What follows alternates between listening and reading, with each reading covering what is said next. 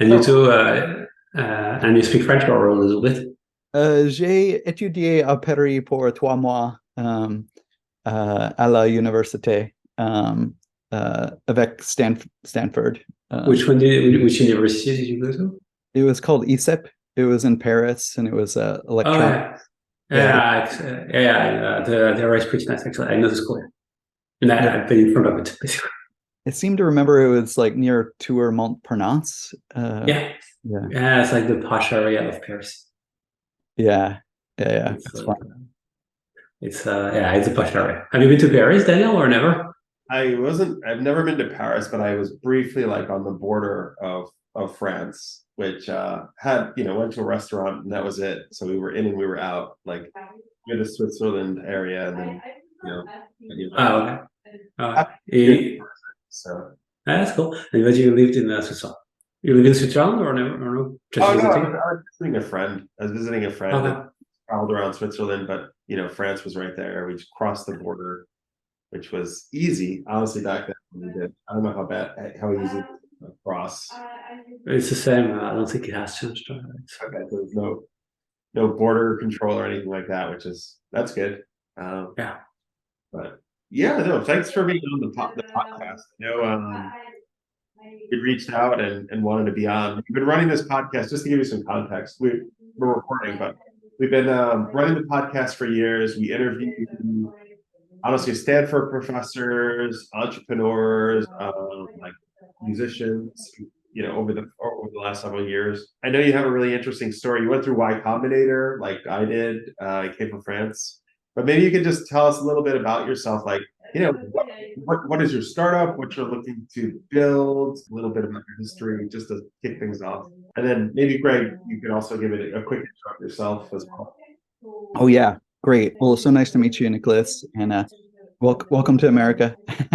And we're very grateful for the Statue of Liberty and your support and our independence, which we just celebrated. And hope you had a great time in Y Combinator. And we're especially interested in hearing your experience there and starting your company.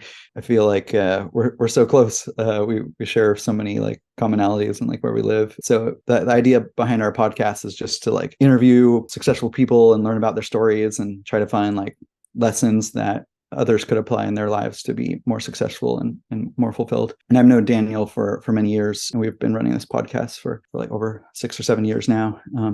And then I studied at Stanford for a bachelor's, master's, PhD, and I've got my own startup I've been working on. So I like to learn this stuff in part to just apply it to my own life. But yeah, Nicolas, you want to introduce yourself? So I'm Nicolas, and I've been so this is my third company or my first, depending how you count.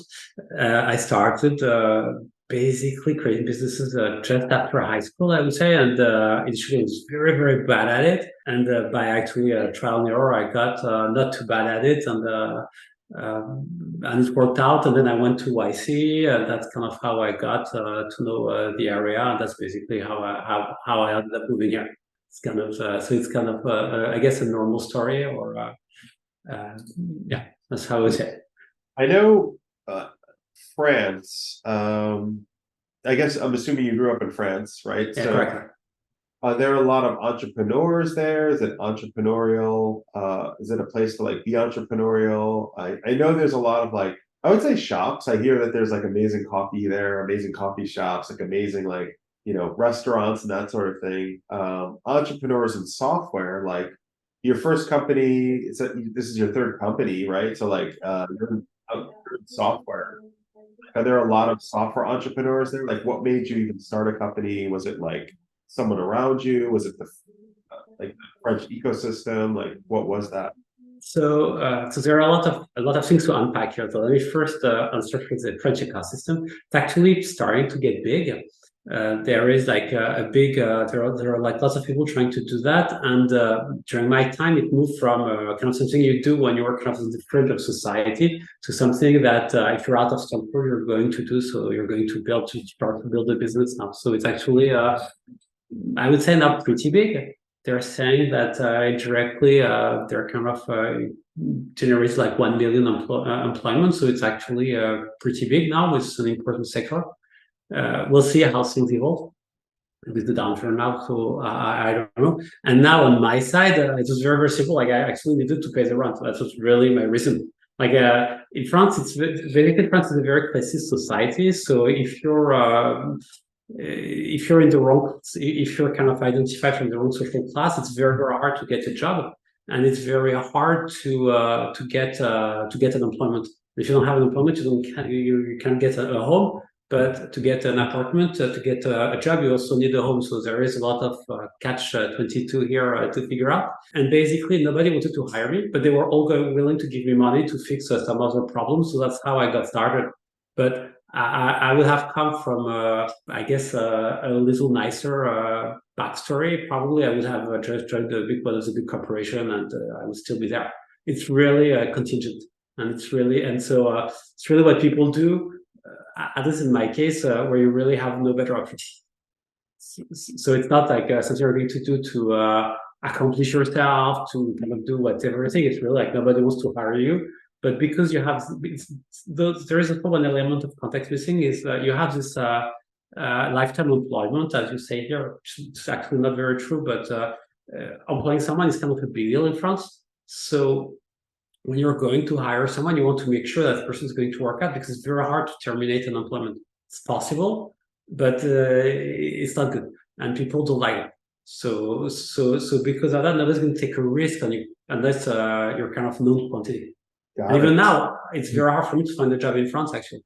Nicolas, could you give us a brief history of your career and how you ended up starting Inboxbooster? Yeah, sure. So I created a first company. We're trying to do some, in the year 2000s, and we wanted to do something like with video and web, and that never worked out because there was not. This was a good idea in hindsight, but it's just like 10 years too early. So it's just like the most stupid thing you can do ever. And second, it was like YouTube 20 years ago. We're trying to be like Netflix, but which is even worse. But yeah. Yeah, and that's really stupid in hindsight, or very smart. To the point of being stupid, I don't know how you could say that, but this was not super.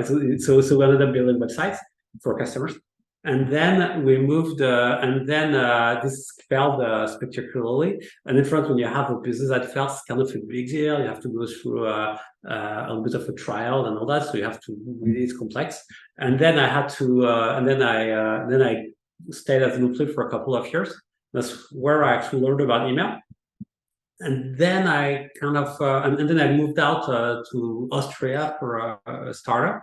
And they fired me a little bit before Christmas. So I was like, oh, wow, it's the first time I got fired in my life. So like, oh, wow, I'm never going to be able to find a job. That's horrible. What am I going to do? So I decided to get into this email space. And I actually knew a couple of people who needed that. So that's kind of how I was able to build a product pieces by pieces with no capital. Also in France, because you have a universal healthcare and a lot of things, you can actually get by with no money or just a little bit of money. So that's what happened. And then this actually worked out very, very well, in the sense that I owned all of the share. We're making a little bit more than $1 million of revenue. And I was like, there was me and a couple of people. So that kind of worked out pretty well. And then at some point, I got tired of this business because for lots of reasons, but I did it for a couple of years, for like 5 to 10 years. And I was like, okay, that's too much. So I moved out, and I started building another business in renewable energy. And then I sold this previous business. And then I had, so it sounds confusing maybe, but then I had a little bit of, I had enough money to not work in France. So I figured out what I could do. So I was kind of this kind of deep crisis about what I'm going to do with my life. And that's how that's how I ended up into YC actually. And then after that, once I moved here, I was like, okay, I need to make money. And I kind of got back into email. That's really that's kind of, there is this kind of pattern, but this time also it's very different because email has evolved a lot, and now it's like 10 years ago, email was really okay. People are trying to send a lot of email, and they were not necessarily very ethical about it, and this was kind of one of the big problem I had with that business, because we were only we kind of had to limit the growth because a lot of the customers we want to work with. Here now the space has changed so much that it's actually easy to work because a lot of the problem are actually with some of the big spam filters like Google, for instance, all those companies. So we're really trying to help senders understand how those people work, like how Google works and how what they actually want as a good email. How would you explain the concept of inbox boosters to someone who isn't familiar with the technology or email deliverability? So email is so if you're going to send some emails, you're going to end up at some point in spam. This is kind of a normal rule. If you're going to send even a newsletter with a couple of hundreds people, you're going to end up in spam or in promotion, and for no good reason. The problem that's going to happen is when it happens, you actually don't know what to do. You don't know why. If you don't know if you did anything wrong, and you don't know how to fix it. So that's kind of what we're equipping you with. We're explaining you what happened, how you can fix it. That's and that's kind of a universal problem. How do you fix it? Because I still don't know that answer. Oh yeah, that's a good question. The reason so there are a couple of like heuristics to know, and there are a couple of technical pieces to that of algorithm to run to figure it out. So there are a couple of reasons why your email is going to be spam, but the way we're going to fix it, you're going to test your email repeatedly against the spam filter until we understand what elements is triggering the spam filter. So for instance, we're going to be like, okay, your domain reputation is not good enough. This is why you're in spam. Or it's because you're using some key HTML elements that the spam filter thinks is spam, or that's why it's sending in promotion. So it sounds, there is no, because it's AI, there is no actual like regular rules. It's really almost random. So, and that's why a lot of people get caught into that and they have nothing to do with it.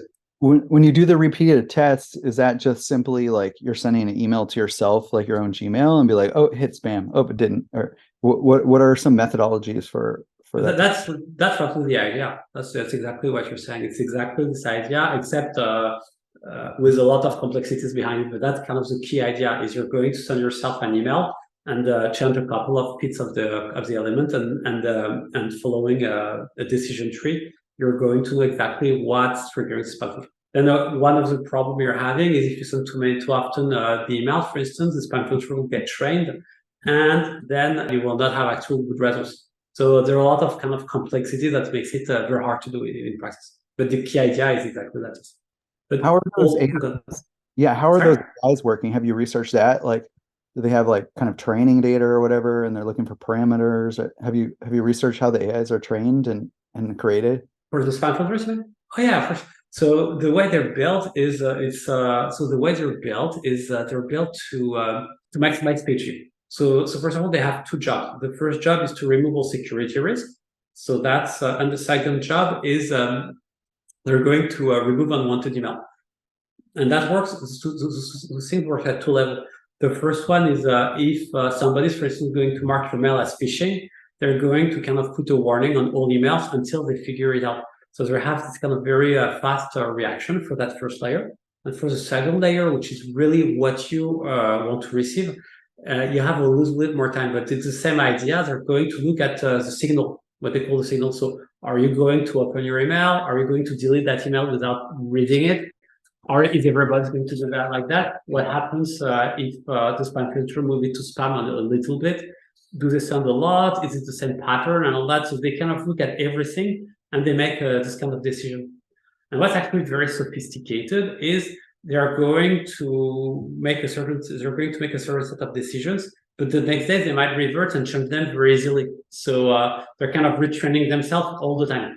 So they're trying to train themselves faster than the attackers would be doing. And in our case, it's working because we're not trying to circumvent the spam filter. We're not trying to be smarter than them. We're actually trying to explain what happened and why, which is an easier problem.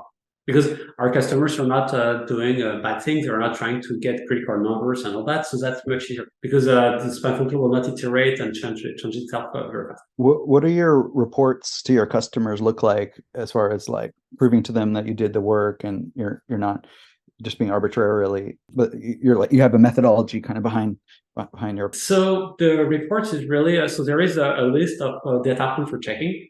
And then we just show, okay, we've tested that, it worked. We've tested this point, it worked. We tested domain repetition. We've tried rotating the subject, it's still working. You're still in spam, and then here are the elements you need to change to get back to inbox. And usually the test, they see it's working, and that's that's how we get interest. By the way, what you're saying is actually a real issue, because in this space it's very competitive. So there are a lot of people doing not similar things as this, but they're trying to fix the same problem. But the way they do it is they're trying to be smarter than the spam filter. So because of that, they have very aggressive marketing. While ours, so people. Customers, they're not very trust. They're not very easy to build trust with them. So you have to show that it's really working, and when they see that it's really working, then it's easy. But that's kind of how we do it. Is we're just showing that it's proving it's working. Yeah, I see your method. It's to have like very detailed analysis of exactly what experiments you tried and what worked, and like you're not, maybe not even necessarily trying to beat or outsmart the spam filter, but you're just saying like, here's the different like attack angles essentially, and here's the results. Yep.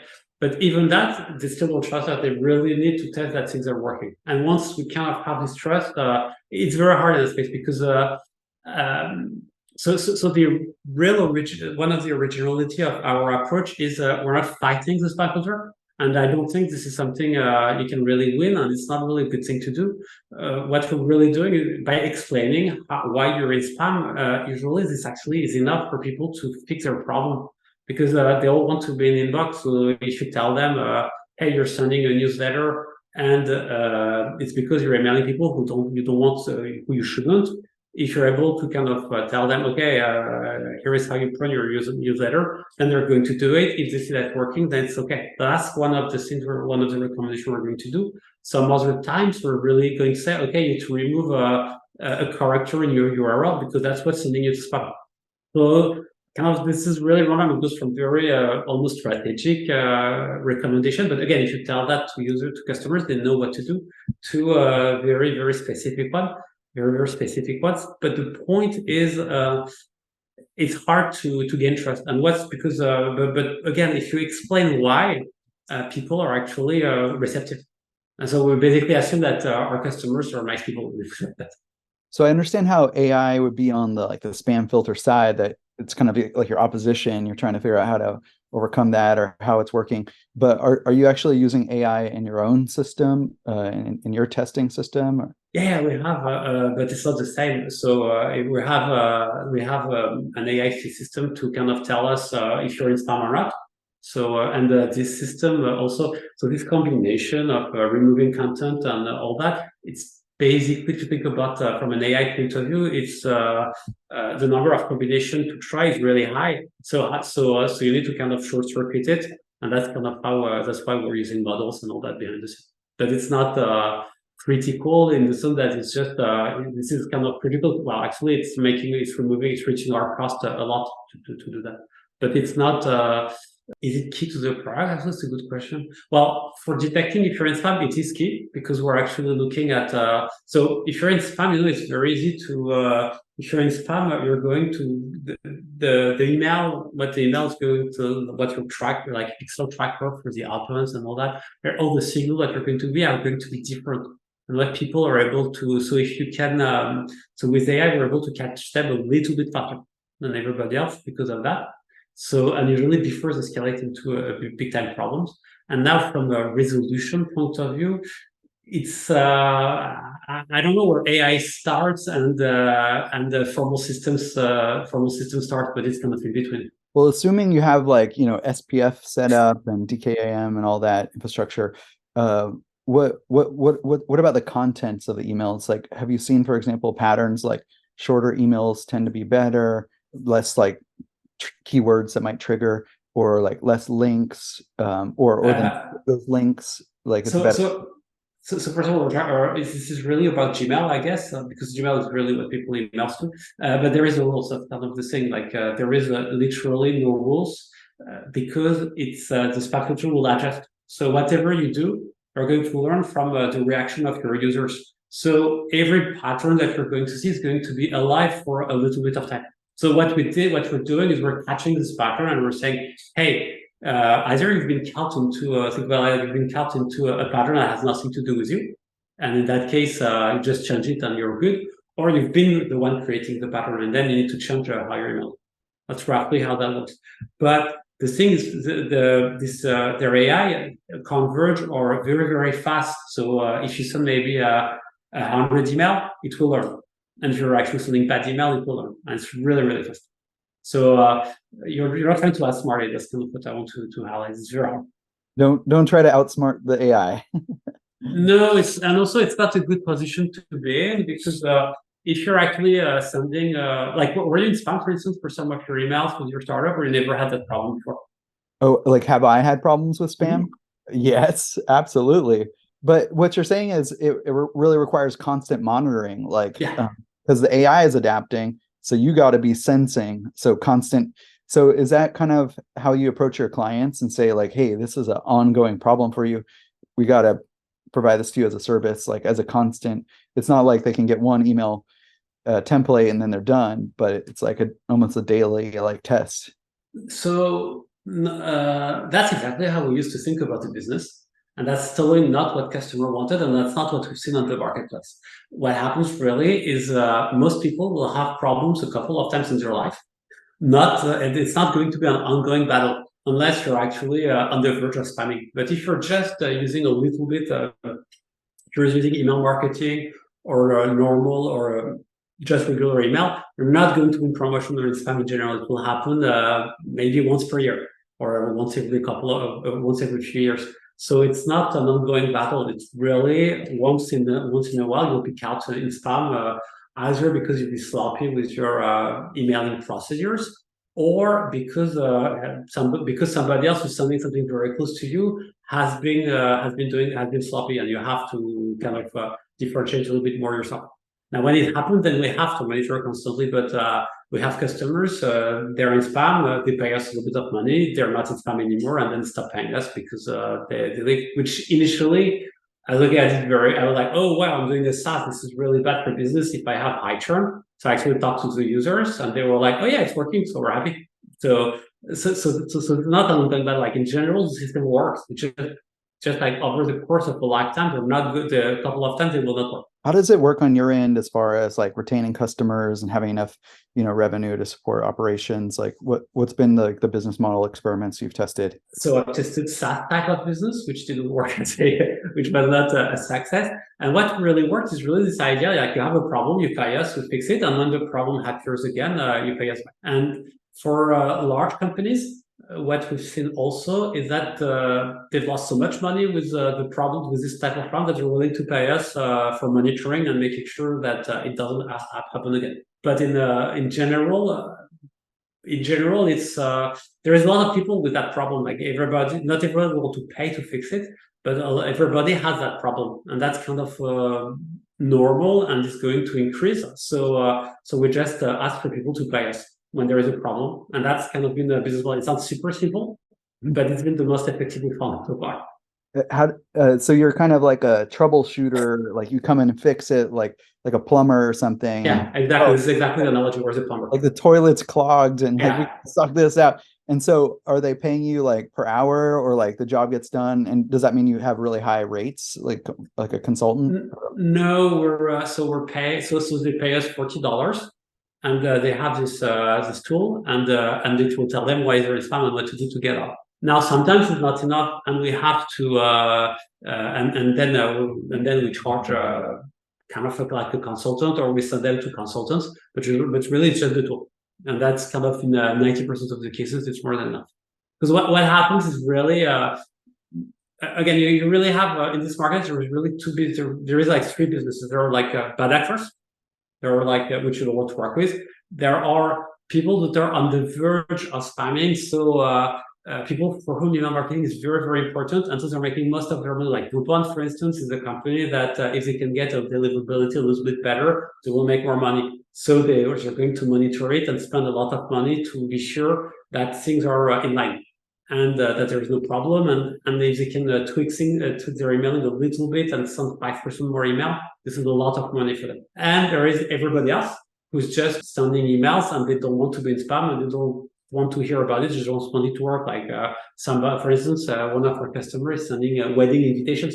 and they're in promotion or spam. So this is, and they don't know what to do. So in this case, we tell them, okay, here is what you need to do to fix, and this is how it's works. And this is kind of the good. This is the normal use. This is our biggest use case so far. We even have someone. They were actually fundraising. There was a YC startup. They were fundraising, and their email was in spam. Was caught in spam. For no reason, for no good reason, at least. So of course, nobody's going to answer their email because they were in spam. They were cold emailing investors, but this was clearly not spam. So you see, there are so many false positives here that it's easy to work with them, and it's a bit more fulfilling because you're actually helping people kind of get their business off the ground, or send or help their wedding be a success, And that is a new market. 10 years ago, this didn't exist. And if you think about it a bit long term, like everybody's going to send some small newsletters. So you had this idea that before you had like a large company like American Airlines, they were going to send a newsletter to millions of people. But now everybody's going to send an email to 10 to 100 people. This is kind of replacing Facebook or social networks. And this actually this is something that everybody's doing. And that's kind of why it's creating this big market. In the Forbes article, you had a quote, "No one wants their email to end up in spam, but avoiding it can be more difficult than you think." Could you elaborate on that? Yeah, I'll give you one. I'll actually give you an example. We had one of our customers. They were sending a payment notification, like real payment notification. They were an ERP, and one of their and they had in their URL a corrector, which was like an R. Actually, I think if I remember correctly, I think it was an R, like the letter, and that was creating the spam placement. So once you know it, it's obvious because you just don't do it. But it's so specific and so tedious to figure out that you actually need specialized tooling to do it, to figure it out. And you determine that through this content removal process, right? Where you start with their email and then you start removing stuff and you figure it out. Yeah, it's a lot more complex. It's a lot more complex because just removing is not enough, because in the end, but this is the gist of the idea. The problem is if you remove content or you replace it, you have a granularity problem. There are some obvious things, but it's actually it's very, very long. It's very, very slow. And if you kind of want to do it to the character resolution, it's hard to get it right, because you need to, like, the number of tests you want to do. So for instance, say you're going to do a binary search, so it's going to be log n in complexity, which is already a lot, because like a normal email is going to be 1,000 lines or something like that. So this means that you would have to do probably like 1,000 tests to actually figure it out, which is to understand the line. So you need other tools to get faster. Daniel, anything coming to mind? Yeah, no, I have a lot of questions, actually. I've just been letting Greg ask a bunch, but I guess one question I have for you, it's your co-founder is unique in the sense that he also started a company that we use their music on our podcast, from this company called Pond5, where you buy music. Yeah. How did you find your co-founder, and how did you guys hit it off and working together and then feeling like this was a really good fit and building that trust? Was it like years of like knowing each other? Like, what made you pick that person as your co-founder? And, you started so many companies. Like, was it different co-founders of those companies? Was it the co-founders that made them successful, not successful? But the bunch to unpack there. Yeah. So it's the first time I actually have a co-founder. All other businesses, I kind of was a solo founder, and not by choice. But again, in France, it was hard to find people who wanted to build a business with me. And after that, the business was too successful, so I was like, yeah, this was too late and not anymore possible. Marcus is someone who was a customer before. And he was very early stage in my previous business as a customer. So we talked on chat, on internet, and that's how we got to know each other. And when I got in YC with an idea and as a solo founder. So it was, and after the first presentation, initially I thought I would be like, oh yeah, I have run businesses before, I've built them, so it's going to be easy. And after the first meeting, I was like, oh wow, this is going to be tough. I'm never going to be able to do it on my own. So I absolutely the co-founder, and I've always wanted to work with Marcus, so that's why I called him. And also we actually needed a few years actually for the partnership to gel, and so we could actually trust a lot more each other. But we took it slow. Instead of raising a lot of funding, we deferred demo day, so we could actually get to know each other a lot more if we wanted to figure out if we really wanted to work with each other for the long term and so on. So we actually, so it's exactly what you said. We spent because we both have built businesses before. We've been very, very careful in that relationship. Got it. You've been building this business since 2016, 2017, give or take. Yeah. How was YC in that period so your co-founder came in after you got into YC? Did they come in during like the batch? Yeah, he came during the batch, but it was kind of half in, half out. It was like moving 2 weeks in the US and moving back, then coming back, whatever. Again, we're just trying each other. We're testing each other and figuring if we really wanted to work with each other during the batch, which in hindsight was a terrible idea. But it was also a good idea because you wanted to see how we could interact with each other, if we're complementary, and getting to know each other on a work basis, not on a friendship basis. And so that's also why we took some time. Also after 2016, I actually took some time off because I had a baby. And my previous business, I sold my previous business, Marcus too, so we didn't really needed a salary, so we could just take a couple of years off, which we did. And after that, we went back at it. But initially, we're trying to do some type of compilers. And that kind of worked technically, but the go-to-market was clearly out of our reach. So that's why we pivoted to the Tuna. I see. Okay. So you went into Y Combinator with a different idea. So the idea was we're trying to take a piece of code and create threads out of it automatically. So it's called auto-parallelization. And this is something we made good progress on, but it's the problem which I want to see someone to sell to. The kind of the conversation was like, hey, this is awesome what you're doing. We're never going to use it, but we're going to buy your company right now.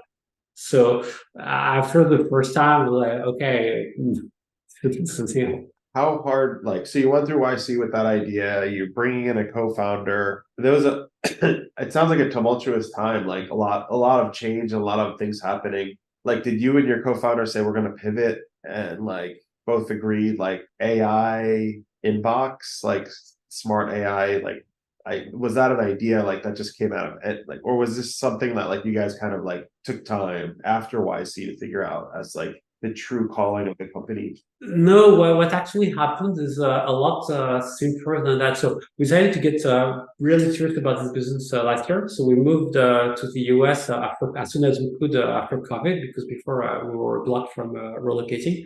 Marcus came here for a year, and there was this tech downturn at that time. So we were starting to sell this coding assistant. This was really a coding assistant. We're talking with a large corporation about that. Or actually, we're the good place to sell to one or two big companies. And then they all got fired, the people we're talking to. And they were like, okay, we're going to know in 6 months. And I talked to their successor or their boss or basically the new contact. And what they all said was well, no, we don't even know what will happen. Give us 6 months and we'll call you back. The problem is, so we pivoted instantaneously on that, and we moved to email because I had people call all the time. I've had people calling me to help them with email. So oh, okay, we can build the business now. Let's do that instead, because we had a year of runway.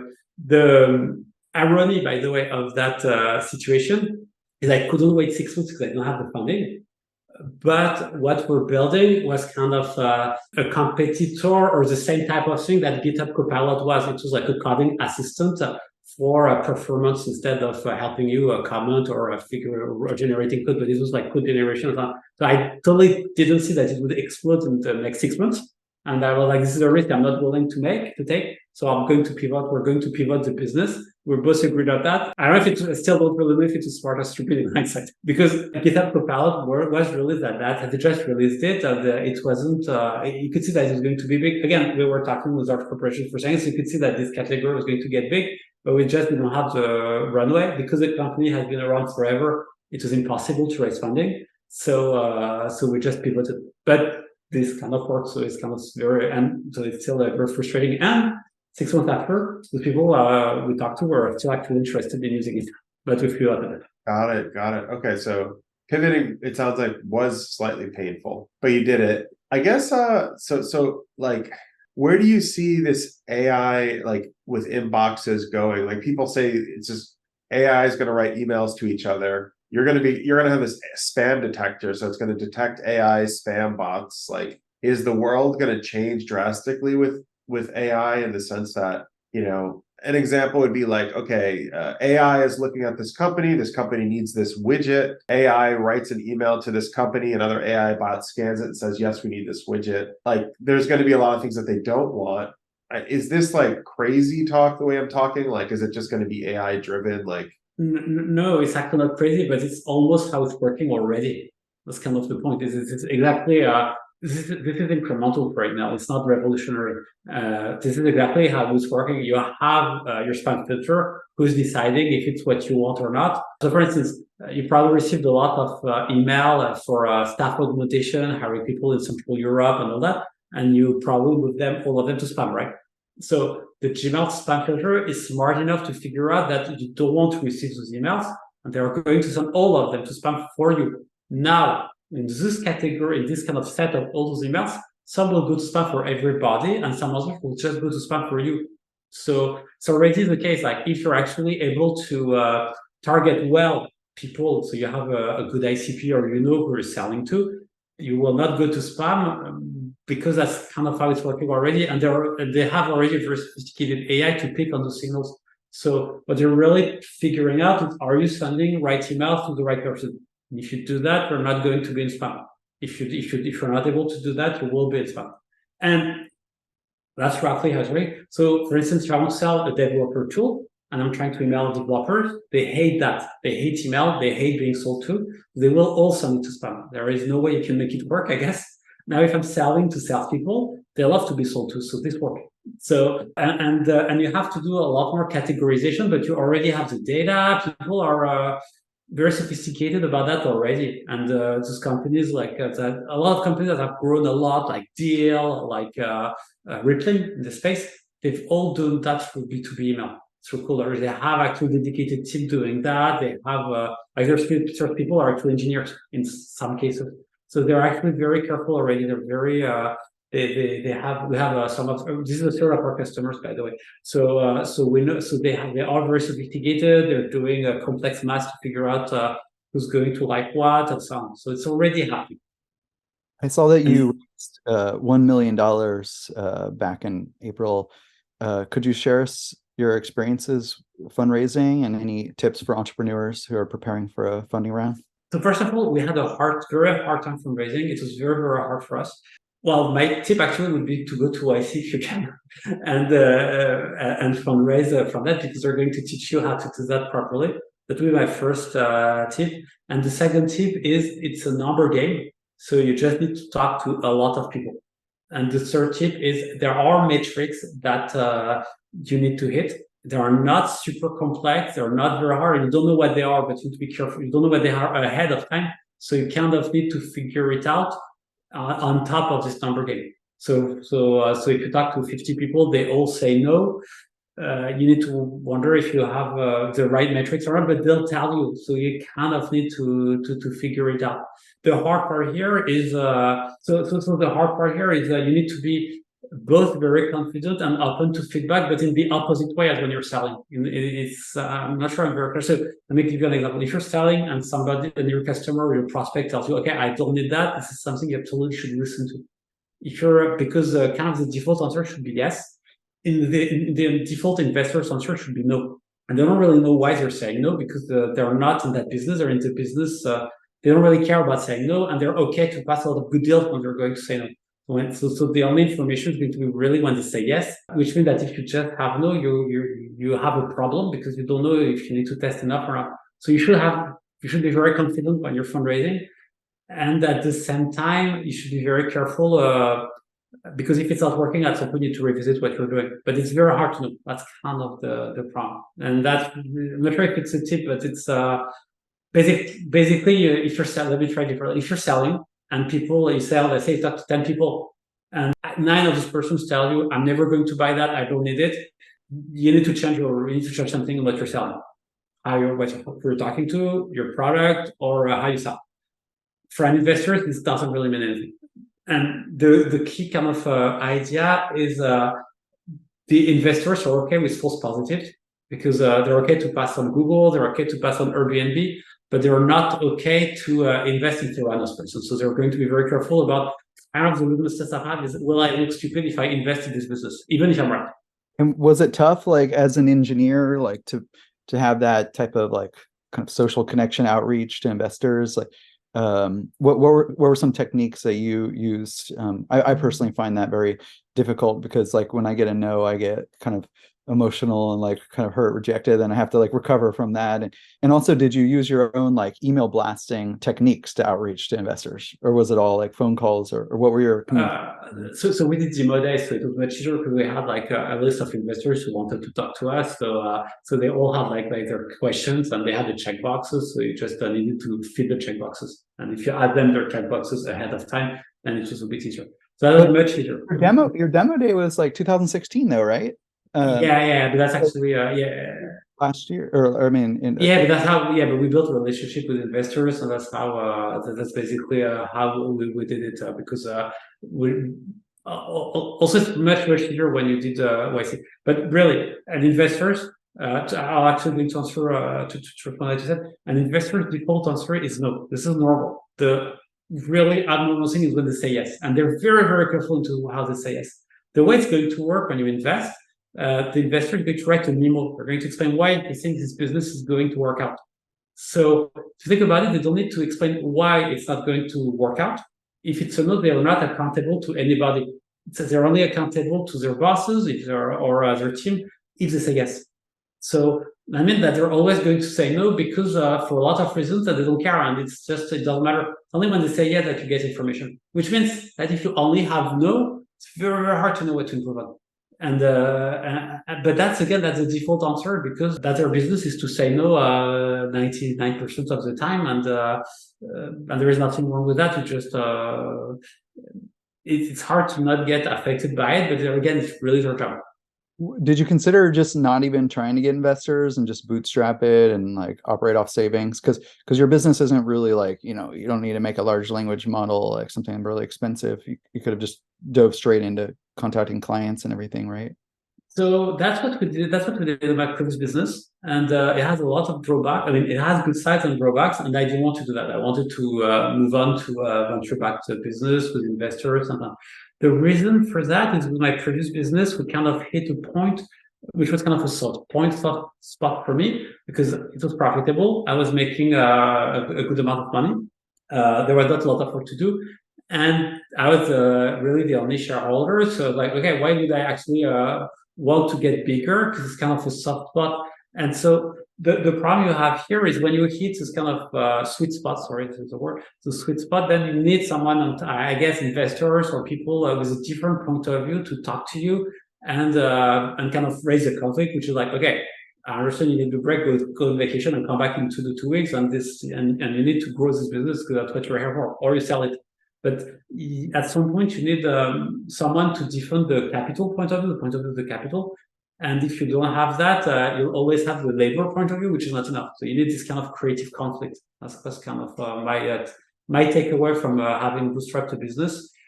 And the second thing also, which is a consequence of that, is some other times you want to take more risk. Because you want to take more risk, you actually, if you have bootstrap, you're not going to do it because that's your money. And why would you? Because your company is profitable, you're making a good living. Why would you bet it all? That's crazy. That's good. If you do that, you go to casino, and this is more fun. Because so why would you want to do that? And that's why you also need someone else who's has invested and whose job is to maximize your return on the capital. But there need to be. You shouldn't do what they're saying, and at the same time, you should do always what you want. So this is a conflict, and that is something you need to manage. That is what has been proven to work over and over in time. So this is what you need. So bootstrapping is a good option if you want to, but it will block you at some point. You'll get, and even if you choose to raise funding after you've bootstrapped and you've proven your way, you'll still get to certain terms because in the end, it's not fair for VC that you can work with them, that you want to build something big, so they'll be cautious also. So it's easier to take money from the start, basically. You'll get in the same position. Your advice about how customers, if 9 out of 10 like say no, I don't want this product, then boy, that's feedback signal, like maybe should change what you're selling. But if investors 9 out of 10 say no, that actually means nothing, because it's just like a completely different setup. And that actually aligns with Yuri Levine's book that I read recently, Fall in Love with the Problem, Not the Solution. What were some like sources of information you got to help guide you on with these lessons, like when you were facing these no's and feeling discouraged? Like, did you have mentors like through YC, or were you relying on your partner? The problem of this advice is that actually we use the word of my friend, that it's very hard to give good advice because it's very context dependent. I'll give you an example.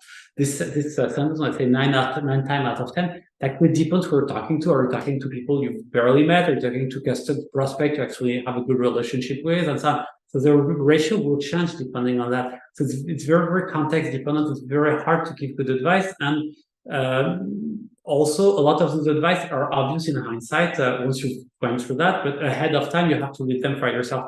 So it's really trial and error type of things. It's the type of things you learn by doing, by going where you have to go, if that makes sense. And you have to fail and kind of, and then you were like, oh yeah, that advice actually made sense. So that's more, now I understand what they really meant. That's kind of a little bit, I know that's how I function. I would like to have a better way of doing things, but that's clearly that's how it is. So mentorship is useful in a way. There are a couple of fundamental truths, I would say. Like one of them, for instance, is what I explained about fundraising, which is if you want to fundraise, it's there are a couple of like truism almost that are useful, and the rest you have to figure out by yourself. One other truism is yeah, if you want to fundraise, you should do it at the start of the business, because that's where the risk is maximum, and that's where you're not good and you're not risking your money. So, and if you're going to raise funding, you should start early in a way. Expressed like that is obvious, and I think it's true, but it's not really actionable. But the actionable part is so much part of your business or your know-how that it's not moving. And an example is what people were saying 10 years ago. Now the playbook is being rewritten. Like 10 years ago, it was mobile app or SaaS app. Now it starts to be more deep tech, AI, even crypto. Like this is really more engineering heavy in a sense than it used to be. So it's a new type of business. So a lot of those previous advice are actually not valid. So it's very hard to know if it's still valid or not. So you need to be basically you need to. So I what I figure out is my type of business, or at least for me, it worked out as soon as I stopped listening to everybody and really kind of did my thing and moved on when it didn't work. That's kind of my impression. I don't know what's about you or Daniel, if you feel the same on that. Yeah, I think startups, it's like a moving target, but there are some like fundamentals that I feel like don't change, like make something people want. Like customers, when they want something, you kind of know pretty quickly when you're on that sales call if it's valuable, if there's something there that like immediately that they want. But you take ChatGPT. ChatGPT is exactly make something that you have no clue that they will want it unless a lot of people are after you spend a lot of money to figure out that. Right. I mean, I everybody would talk about AI like they wanted AI to work, but I don't think anyone was able to implement it like ChatGPT ever before. That was like what blew everyone's mind. It's like it's possible. Like, but at the same time, if you think about ChatGPT, this is the irony is Sam Altman, who used to be president of YC, I think. He did exactly what he did exactly what you should not do at the YC. oh, you mean by like raising a lot of money and like raise a lot of money, spend a lot of time building a product that you don't know if people want, and then once it's built, figure it out. I think it's rare for that to happen. I think there's more Magic Leaps. These companies that I don't know where Magic Leap is today, but they raised God knows how much money. And I just never used their product. I never felt, you know what I mean? You never experienced it. So something went wrong there, I'm assuming. I don't know. Maybe it's doing fine, that company. But like Sam Altman took a gamble, and it took them time to get to this point. I feel like it was a process, but you're right. Like I don't know if there's any wrong or right path. Like, I think there's different paths, like raising a lot of money to build something amazing. That's not the wrong path if you can execute and get it out there. The problem is some people just overhire and, people just don't build anything because there's too much bureaucracy immediately, right? Like if you hired, I don't know, 400 engineers, would they agree with each other? Like out of the gate, you don't have anything. It's like, that's very rare that like a chat GPT was created, but I don't think there's any wrong or right way to do it. But raising money is actually, I think you just have that obligation to the investor to like try to build something big, not just, you know what I mean? Like $1 million business is probably not interesting to an investor. So like Yeah, my understanding is he didn't like take any compensation or equity or something. Like he was almost like missionary about it. So he had like different motivations and just some kind of business startup success. It was kind of like changing the world type mission. maybe. I mean, I do think like in what you're building at Inboxbooster, I think it's interesting.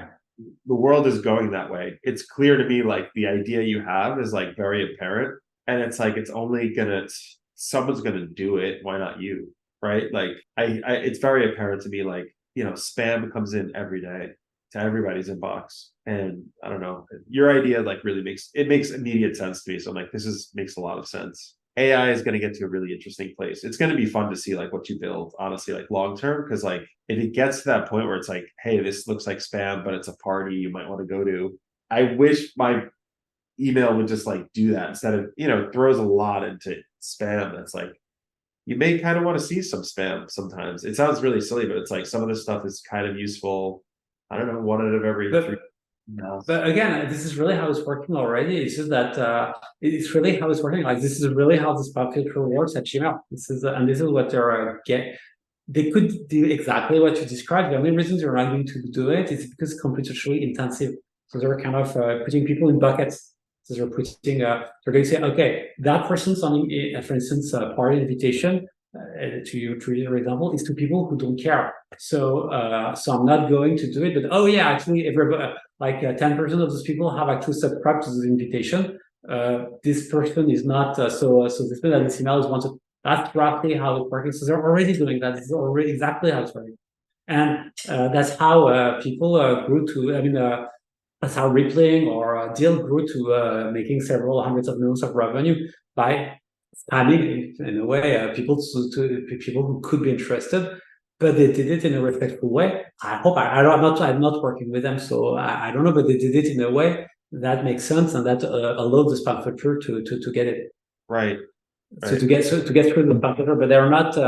That's kind of how that works. So this is actually kind of a good way to. This is exactly how it's working, and we're really into that place now. Just that it used to be a big corporation, and now everybody's going to get it. So that's. Yeah, I guess it's really incremental in that space. It's not. I don't think it's going to be revolutionary because a lot of money has been put into that all those technologies already. Got it. I guess I know we're coming up at the top of the hour, and we've spent about an hour with you. Greg, any ending questions, or would you like me to end? Like what? Well, I just found it really fascinating to hear your story and also to learn about the technology of the email deliverability. It's kind of like a magic black box, so it helped a lot for me to understand from your perspective what's really been working. And you've got a really systematic approach, and I can definitely see the market need. And I'm grateful for you being here, Nicolas. Thank you for having me. It's been super interesting. Awesome. Thank you so much, Nicolas. I'm gonna end the recording, but.